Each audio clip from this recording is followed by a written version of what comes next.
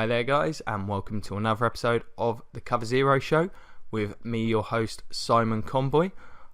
Carrying on with the draft preview series today. This is the final episode covering the NFC South, covering the offensive juggernaut New Orleans Saints. So if you've not seen one of these episodes before, I'll just be going through what I believe the major team needs are heading into the 2017 draft, giving my first round mock pick that I've attributed to the team, giving potential alternative picks at those spots, and then doing the similar for rounds 2 and 3, going through some of the options that I believe will likely be available and the team should consider at that juncture in order to address these needs.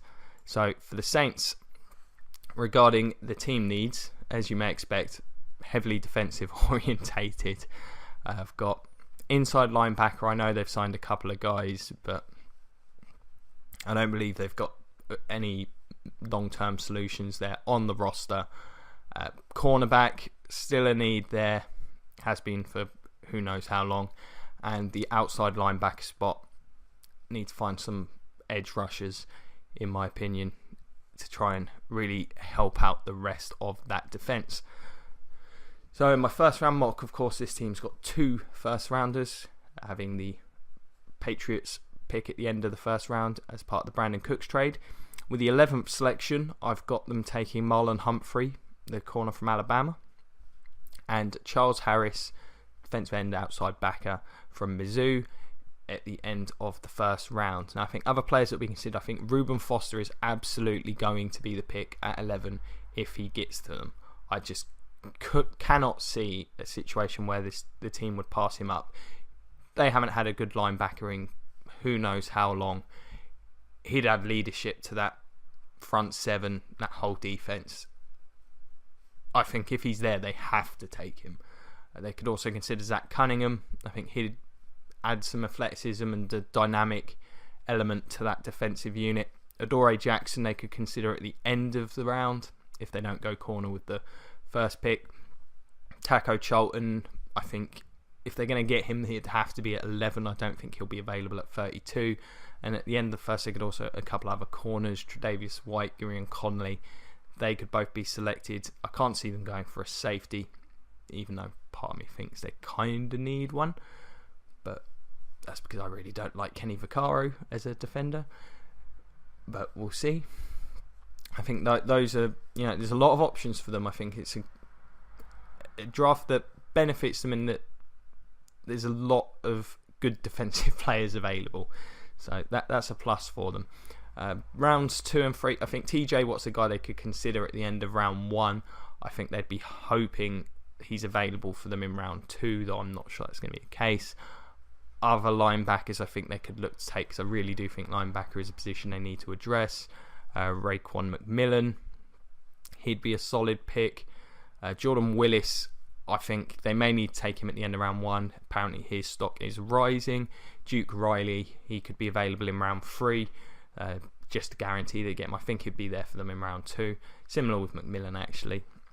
And this is a team that I think could pick up Sidney Jones for sure. It'd be pretty good value in round 2, especially having 2 first rounders. They can possibly afford to have a guy sit.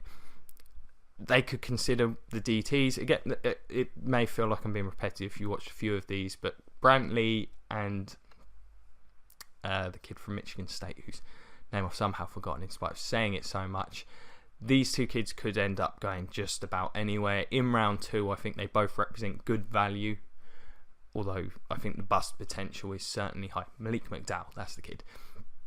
Either one of them could represent great value or end up a bust. I do think, even with the Fairley signing, I don't think Fairley's a reliable lineman to have. I still think they could do with another impact defensive lineman. You can never really have enough. They could both represent good value. Cole Lawson's also someone they could consider. Again, that could be one they have to take at the end of the first. It'll be interesting to see where they go. Corners, there's a small army of them that they could consider in rounds 2 or 3. It's very hard. There's so many of them. It's actually very hard to sort of predict where they may go. Guys like Desmond King, Fabian Moreau. It's a great cornerback draft. So they could definitely hold off on the corners. But I think if one of the, I think, as I say, with round one, I think Foster would be priority number one if he's available. Then one of the top corners if they're still available, which there is a good chance none of those three options are available for them. Whether it's one of the corners or whether it's Ruben Foster, they may have to go with one of the edge rushers. It'll be interesting to see what the Saints do. They need to get some impact from this class. They got to look at what the Falcons got last year and basically hope for the same, I think, defensively. What do you guys think? Do you agree, disagree with my assessment of the Saints' needs? Are there any players you'd particularly like to see the Saints consider in these rounds? Let me know, whether it's the comment section below, the Cover Zero Facebook page, or find me on Twitter at Simon Conboy. I'll do my absolute best to get back to each and every one of you. As always, if you enjoyed the show, please check out some more. This is the last one in the NFC South. I did all of the East last week. Done some other series in the past. I think the draft and franchise reviews are very, very interesting. Definitely check out the Saints one if you've enjoyed this. It's very informative, I think, in terms of explaining why the Saints are where they are in terms of their roster. Got another Cover Who coming up today. Going to be covering the AFC South over the next couple of days, so check those out.